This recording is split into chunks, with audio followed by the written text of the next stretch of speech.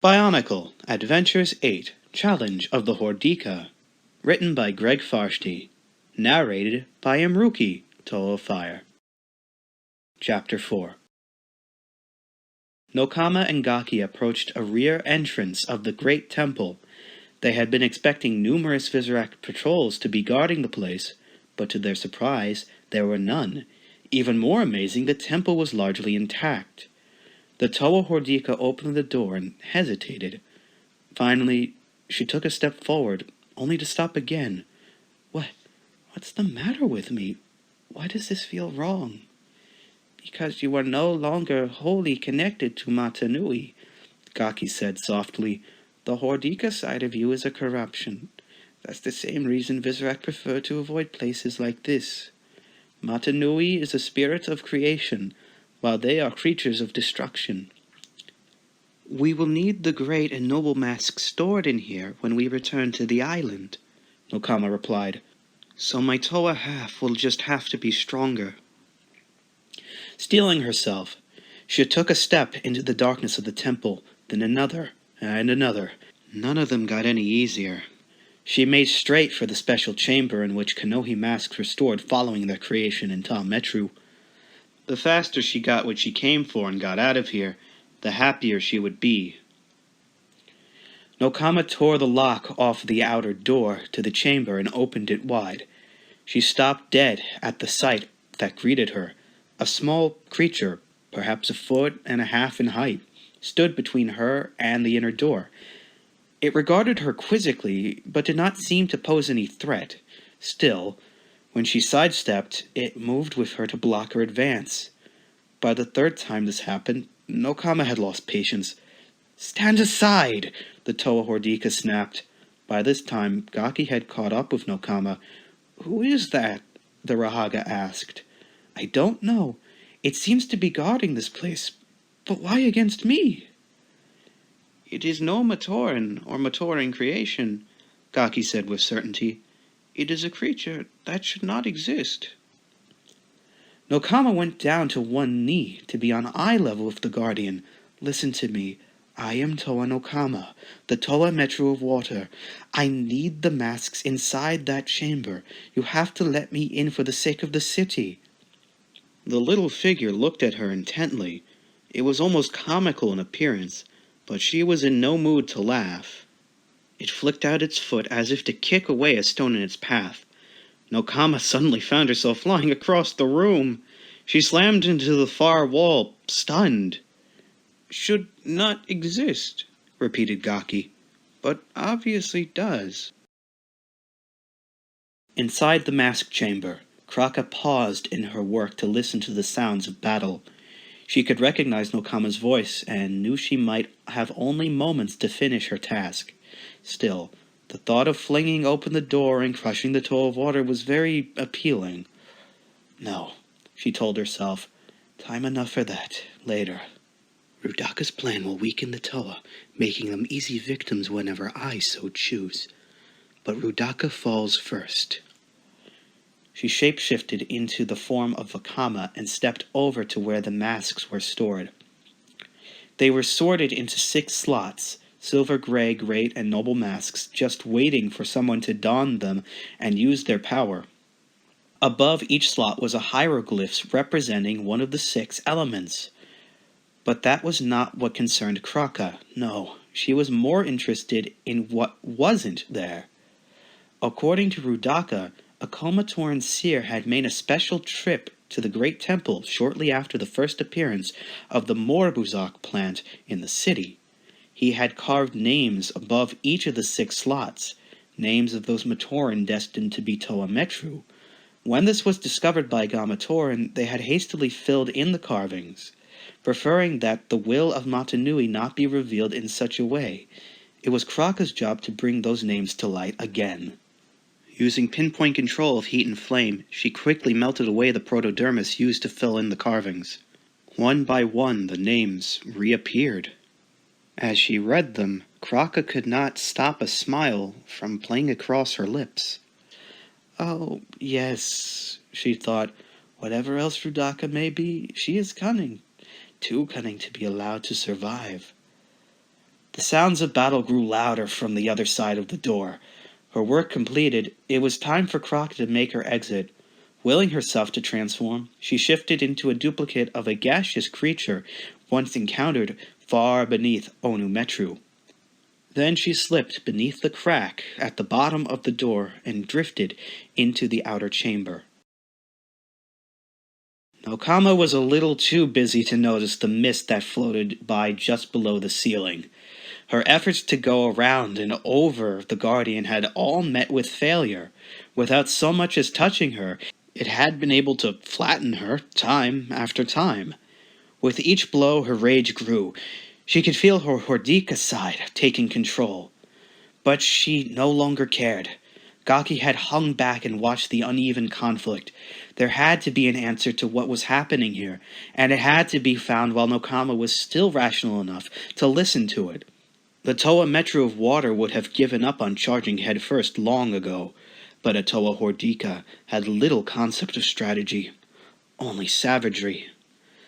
Nokama leapt. The Guardian lashed out with a kick. The Toa Hordika dropped in mid-leap and slammed into the floor. It's making the moves, but never making contact with her, thought Gaki, at least not that we can see. Gaki waited until Nokama mounted another attack, then launched her Roodaka spinner at a point several feet above the Guardian's head. It wouldn't do any damage if it struck, but it might solve a mystery. The Guardian never noticed it coming, being too busy knocking Nokama flat again. Gaki's keen eyes followed the spinner as it flew straight and true, then seemed to strike an invisible wall. The spinner fell to the ground, its energy dissipating. The Roodaka rushed over to where Nokama was trying to rise. "It's not what it looks like," Gaki said hurriedly. "That's the answer." Nokama shoved Gaki aside with a snarl, but the Roodaka refused to back down. "Nokama, listen to me. Listen, all a Hordika knows is brute force, but brute force won't work here." "Then what will?" Nokama exploded. "Tell me!" "Do you remember the cavefish? When it's threatened, it makes itself appear larger. This Guardian does the opposite. It makes itself look smaller." Nokama struggled to comprehend what she was being told. It was difficult for the words to penetrate the haze of anger in her brain. "Smaller? The Guardian you see is mimicking the movements of the Guardian you don't see," said Gaki. "It's projecting a miniature version of itself as a deception while it strikes out at you." Nokama nodded. "The real Guardian is invisible. Water could change that, if I still had my powers." "You do," said Gaki, helping Nokama to get to her feet. "Your Roodaka spinner, Toa. Concentrate and launch it." Nokama had tried not to think about the strange spinner and launcher that had become part of her body after her transformation into a Hordika. Now that she tried using it, she found it extremely difficult. It required more willpower than triggering elemental powers ever had before. Then suddenly it happened. A whirling sphere of energy flew from the launcher and shot across the room at the Guardian. An instant after it struck, a torrential rainstorm began inside the chamber. The drops formed an outline of the Guardian's true shape, which was easily 7 times the size of the miniature version. Nokama smiled, but there was no good humor in the expression. It was the smile of a predator on the hunt. "Now let's see how good you are in bad weather," she said, hurling herself at the Guardian. The miniature Guardian launched a vicious kick, a move duplicated by its far bigger true self. But now that Nokama could see her foe, she was able to dodge the blow, dive and roll. Striking the Guardian's legs, she upended it.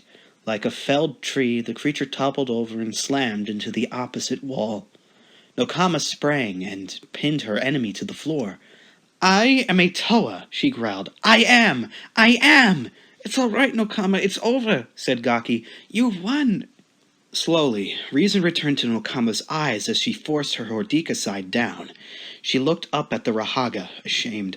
I lost it, didn't I? I lost myself. But you got yourself back," said Gaki. "That is what matters." Nokama rose and opened the inner door leading to the mask chamber. She vanished inside. An instant later, Gaki heard her gasp. The Roodaka rushed in to find out what was the matter. The Toa Hordika was staring at the wall of compartments holding the Kanohi masks. Carved above each slot was the name of the Matoran destined to wear these masks as Toa. Gaki squinted to make out the one Nokama's eyes were locked upon. It was inscribed beside the symbol of water, and it read, Vizola. Wrong name! Wrong! Koalas was walking through the long central corridor of a knowledge tower, glancing at records and muttering to himself. Far ahead of him, Nuju was doing his best to ignore the Roodaka and focus on his mission, but it was growing increasingly difficult to shut out the constant stream of comments. "Oh!" exclaimed Koalas. No, who thought of that?" Nuju stopped in his tracks and turned around, slowly. He glared at Koalas. The Roodaka was looking at a collection of carvings relating to Rahi, all of which were on loan from the archives. "What is it?" "Gakko? What kind of name is Gakko?" replied Koalas, as much as to himself as to Nuju. "That is what that species of bird is called. That is what it has always been called." "Well, it's not what they call themselves, I can tell you that," said Koalas. "The word Gakko might even be an insult in their language. I don't know. I would have to ask." "Some other time," said Nuju flatly. "We have work to do." "Always so focused on the task at hand," said Koalas, walking quickly to catch up to the Toa Hordika. "How admirable! Why, I'll bet the air could be filled with flying creatures of all kind, and you would never notice." "If they made as much noise as you do, I would," Nuju said under his breath. The Toa Hordika led his companion into the heart of the knowledge tower. Before them was a vast junction of transport chutes, as big as any in the city. Protected by the walls of the tower, these chutes had survived the quake largely intact. Though the exteriors were frosted over, Nuju could make out the movement of the liquid protodermis within.